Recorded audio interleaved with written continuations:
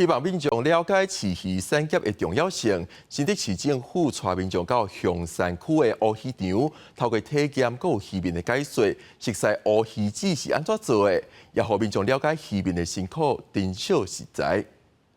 各个物种它在池子里面都有扮演各自的角色，比例上要稍微仔细的去拿捏。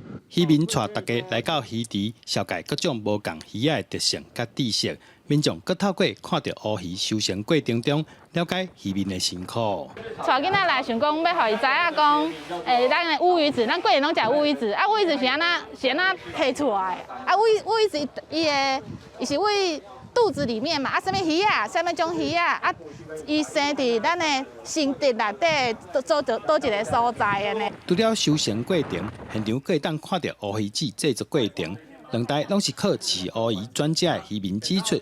其实台湾有真丰富的渔业资产，鱼仔的种类是百款，建议大家若是想要买鱼仔食，选择在地鱼仔，那清澈更安全。就近采买可以减少那个所谓的碳排放。也就是整个产品它在生命周期的碳足迹可以到最少这样子，而且就近选购也有就是可以认识在地的一些文化，还有确保你的食材的来源。用一个较对环境较好的方式，直接买到鱼啊！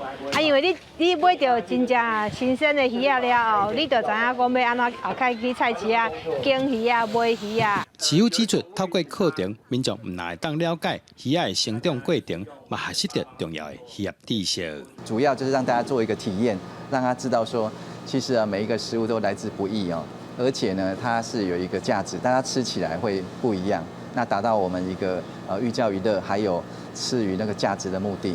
参加完活动的民众讲，后摆去市场买鱼仔，拢会尽量选择在地，嘛对渔民的辛苦充满感谢。